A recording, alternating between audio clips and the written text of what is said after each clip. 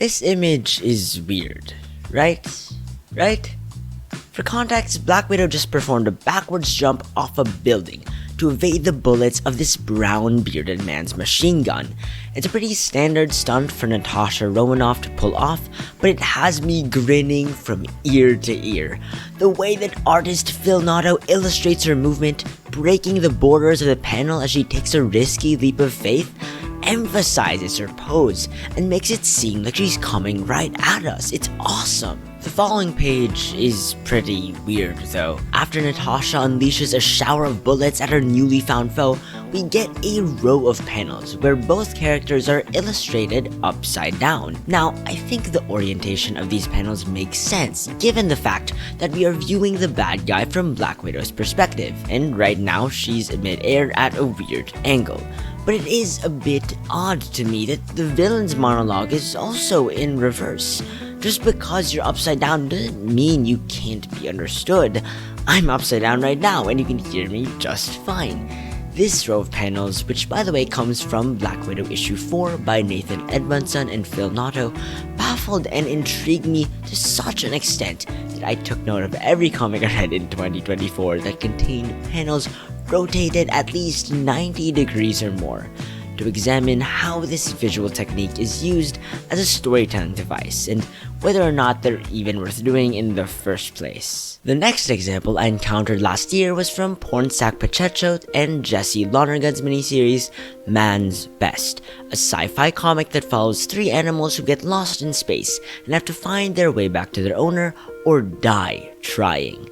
Jesse Lonergan uses wriggly lines, complicated panel layouts, and mind-boggling character designs to showcase how lost and confused our main protagonists are.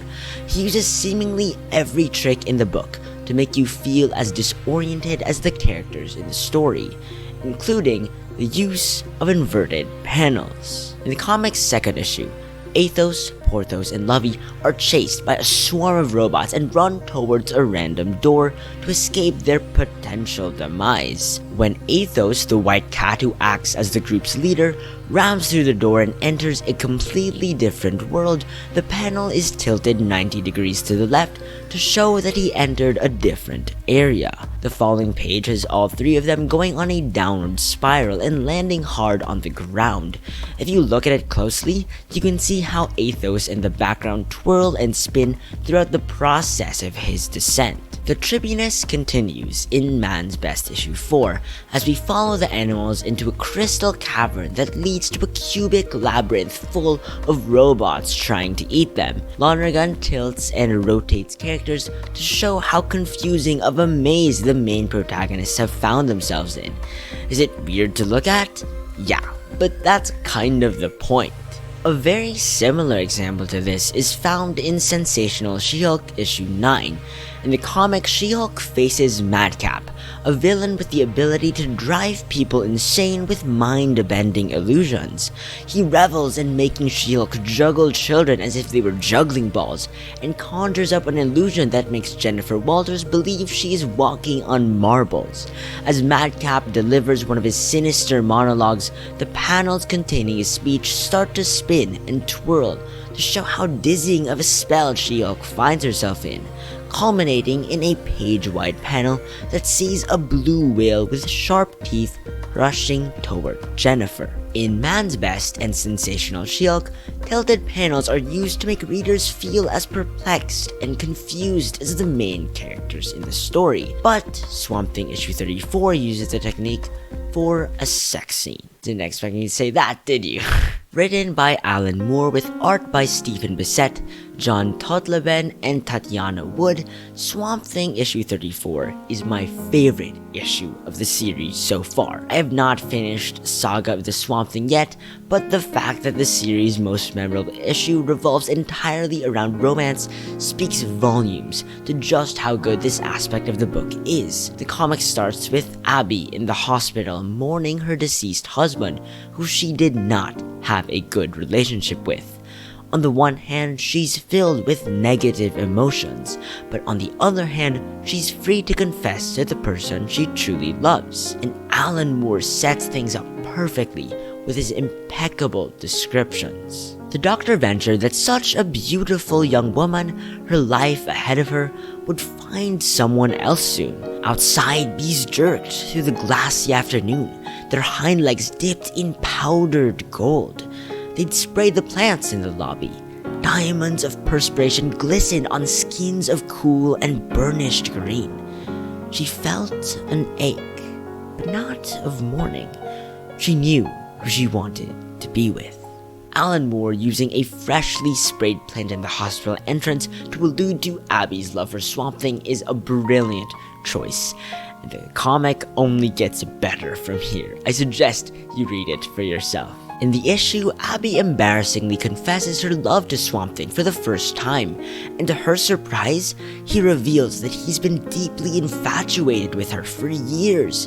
They share a sweet kiss, followed by a conversation about physical intimacy. Although they can't make love like normal human beings, Swamp Thing manages to find an alternate method of communion. He steps into a lake, and the mineral-filled water enables plants to sprout from his body, including a green fruit which he lets Abby take a bite of. The fruit makes Abby view the world from Swamp Thing's eyes, and this shift in perspective is visually reflected in the page's trippier art style and tilting panels. In Swamp Thing issue 34, the rotated panels are used to show how Abby's world is turned on its head, being one with her lover in consciousness and perception, and I think that's beautiful.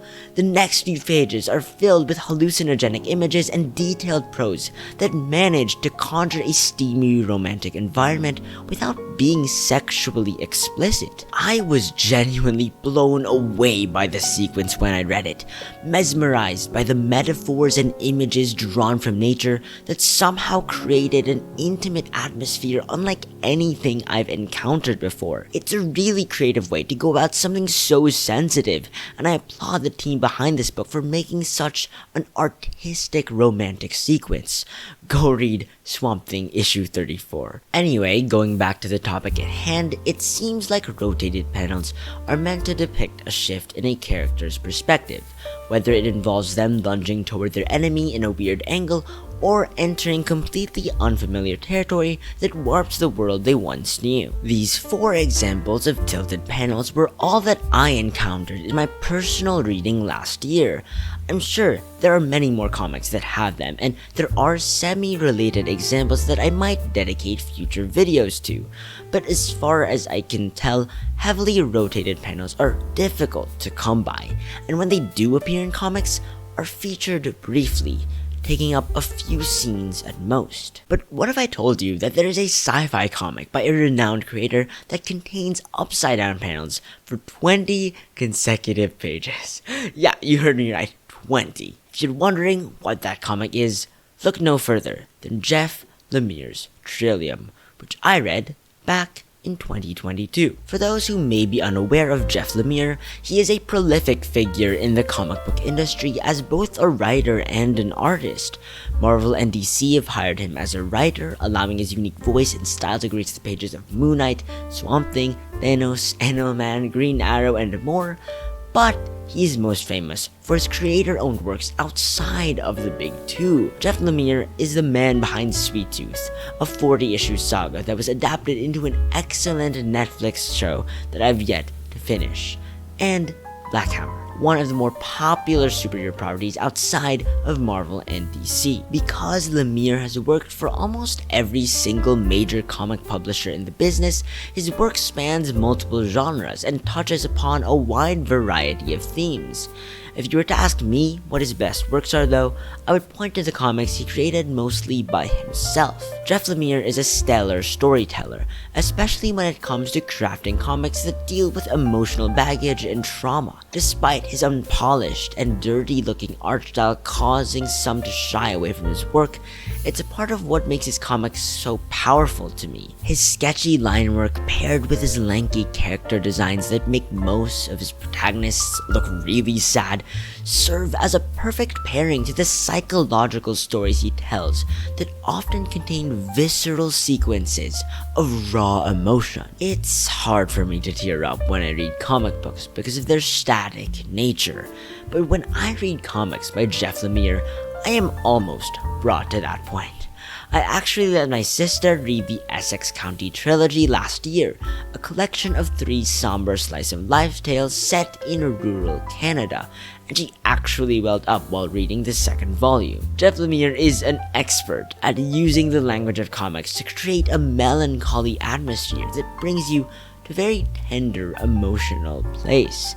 He allows characters, whether soft-hearted or vicious, to have incredibly sincere and vulnerable moments that hit you hard. In case you want to check out his work, I recommend you read Underwater Welder, the Essex County trilogy, and his ongoing miniseries Minor Arcana, which I'm happily collecting right now. But from 2013 to 2014, Jeff Lemire would endeavor to reach the heights of space with an ambitious 8-issue sci-fi comic called Trillium. While I have not read everything he's written, I think it's safe to say that Trillium is one of the most experimental works in his bibliography. At its core, Trillium is a story about the power of love being able to heal 2 scarred souls, but a hodgepodge of ideas, concepts, and visual techniques are wrapped around its main plotline. One of those weird ideas is its prevalent use of upside-down panels, specifically for the comic's 5th issue. But before we get into that, we need to go over what the comic is about.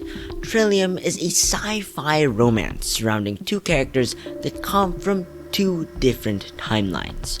William Pike is an ex-soldier traumatized by his experience in World War I who goes on an expedition in the year 1921 to find the Forbidden Temple of the Incas, a temple that is said to grant its seekers dominance over death itself. Meanwhile, Nika Tensmith is a scientist from the year 3797, inhabiting the planet Atabithi, who is tasked to negotiate with its natives to obtain Trillium, a white flower that humanity needs to save themselves from the Call, an adaptive virus wreaking havoc across the cosmos. As you can tell, there's a lot that goes on in the comic, maybe a little too much. Trillium contains backstories for both William and Nika that reveal their source of trauma, commentary on colonialism and the way we view indigenous groups, as well as a decodable glyph-like font Chris Ross created for the language of the Atabethian natives. But what you need to understand in this video is how both characters meet: the Trillium flower and the temple. It turns out that the Atabethian temple that Nika visits to negotiate with aliens for Trillium is somehow connected to the Peruvian temple William finds in 1921. In order to gain access to the other temple, an individual has to eat Trillium. It's only after Nika ingests a piece of Trillium given by the area's natives that a door in the temple opens, which gives her access to the other side, where she meets William for the first time. Anyway, all that is to say that the temple and flower are crucial for connecting these 2 timelines together, and in issue 4, the temple in 3797 gets blown up by Nika's scientist partner. What happens as a result of this catastrophe is Trillium issue 5, one of the most unique and experimental comics I have read in the past few years. The plot of issue 5 is pretty simple. Nika and William, who were just together at the end of the book's 4th issue, are separated and switch lives. Nika finds herself living the life of William in 1921 as a member of an upper-class English family, while William lives the life of Nika in 3797 as a scientist trying to find a cure for the intergalactic disease threatening humanity. Both of them sense something is wrong, and that this orientation and unease is translated onto the comic's page. I'm gonna confess something. The panels I've been showing of issue 5 in this video so far are not actually how they're displayed on the printed page. In reality, Trillium's 5th issue looks like this, with Nika's story taking the upper half of the page, and William's story taking the bottom half. As you can tell, what makes this comic really weird is that William's story is upside down, the upper half of the comic is intended to be read first, and only when Nika's story comes to a close should the reader rotate the comic to begin William's half of the story. While this technique may come off as gimmicky to some, I think this comic's layout is perfect for portraying the distance between William and Nika, as well as the disorientation both protagonists experience. Our two lovers, who once held each other tightly in the same space, are now star-crossed, separated by time and space. They're so far apart that their stories are displayed opposite each other in the comic. In order for the reader to switch between characters' perspectives, they have to physically turn their comic around, which emphasizes the sheer distance between Nika and William. Aside from displaying the distance between our two main protagonists, half the comic being upside down also emphasizes the confusion and disorientation the characters experience. Again, both characters are not where they belong. Nika is not supposed to be living in 20th century Britain, and William isn't even supposed to know what a spaceship looks like, and yet he finds himself living in one. Our protagonists are not completely aware of what's going on, but they sense within their soul that something is wrong. And as you're reading the comic, the layout gives you a similar sense of unease and confusion. Comics aren't supposed to look like this. The bottom half of a comic page shouldn't have an entirely different orientation. But because Trillium issue 5 contains pages with this odd orientation, you can't help but feel like something is wrong too. But beyond the upside down panels, there's something even greater at play here. If you've been paying close attention to the pages of Trillium issue 5, you might have noticed that the panels are laid out in the same way for both characters' stories. The first page of the issue has two rectangular panels dedicated to Nika's story, and two rectangular panels of the same size, length, and proportion for William's half of the story. Turn to the second page and you'll see that the panel layout for both stories parallel one another once again, with one rectangular panel situated above three smaller ones. 3 pages later, we get this incredible page where the panels not only parallel each other in layout, but also in terms of detail. Both Nika and William are the focal point of their respective scenes, placed at the center of a cross made out of smoke that is set against a hazy, dreamlike backdrop. The panels being laid out in the same way across both stories are meant to show how our two main characters are going through the same experience.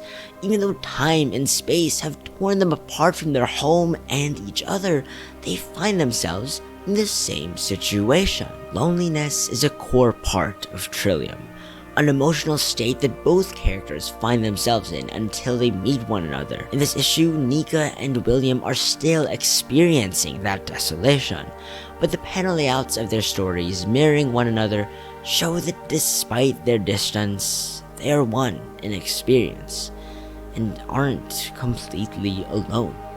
Trillium issue 5 is masterfully crafted, using an absurd panel layout to tell a story of loneliness and oneness, of distance and intimacy. I think that's beautiful, but I actually didn't appreciate it when I first read it, because, well, there's a bunch of drawbacks to using upside down panels to this extent. The first being the digital format. I first read Trillium digitally on my PC, which is where I read most comics since I don't have a tablet. The digital version of Trillium doesn't actually require readers to turn the page, instead containing 2 versions of issue 5 in succession. What this means is that the digital version of Trillium issue 5 contains 40 pages instead of 20, with the first 20 being issue 5's content as is, and the next 20 being a flipped version of the previous 20 pages, for readers who just want to read without turning around their device. I really appreciate that the digital edition does this so that readers can choose how they want to read the comic, either by rotating their device or just turning to the next page. but I will admit it looks a bit weird and does not compare to the experience of reading the comic physically. By virtue of having numerous tilted and upside down panels, Trillium is a comic meant to be read in physical form, or at least on a tablet. At the end of the day though, the slightly problematic digital experience is just a minor drawback to using upside down panels. The main drawback is how it can break readers' immersion. As a comic reader, I love being engrossed in the story I'm reading. My favorite comics drag me into their world and bring me into a state of immersion, where reality around me is drowned out by the captivating and riveting tale being told. The last thing I want in my reading experience is to be brought out of that immersion. But the thing is, heavily rotated panels in comics force you to be aware of the fact that you're reading a comic book. Because Trillium is a comic rife with oddly oriented panels, it's littered with moments that could potentially break a reader's immersion, which might turn some people off from the book. But, I don't know. Even if it might be frustrating to read, I really admire the degree of experimentation present in Trillium. Not only does it play with the visual language of comics, but it uses inverted panels to emphasize a multitude of themes and present us with something really unique.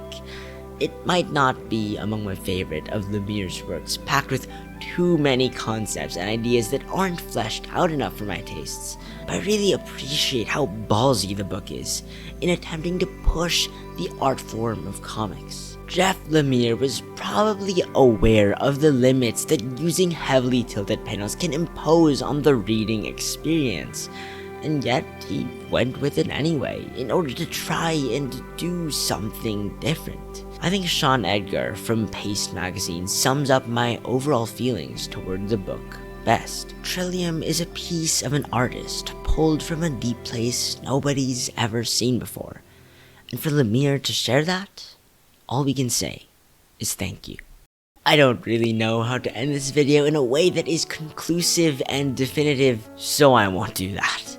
As much as I want to definitively sum up the power and use of heavily tilted and upside down panels in comics, I think my definition would only restrict what this storytelling tool is fully capable of. From the few examples I've discussed in this video, we see rotated panels used to communicate a wide variety of ideas and emotions.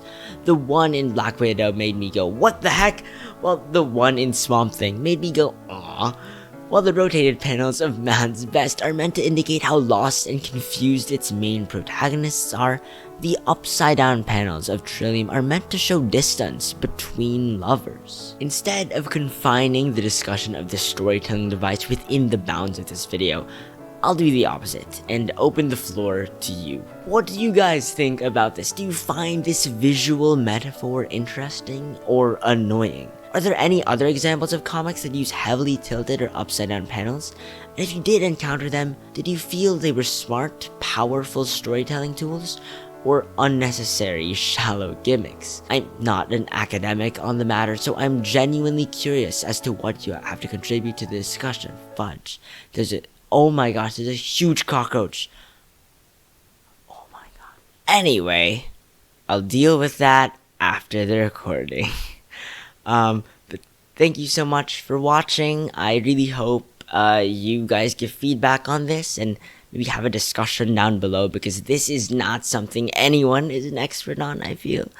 But anyway, thank you very much for sticking to the end of this video. My name is Joshua C, and I will see you in the next one.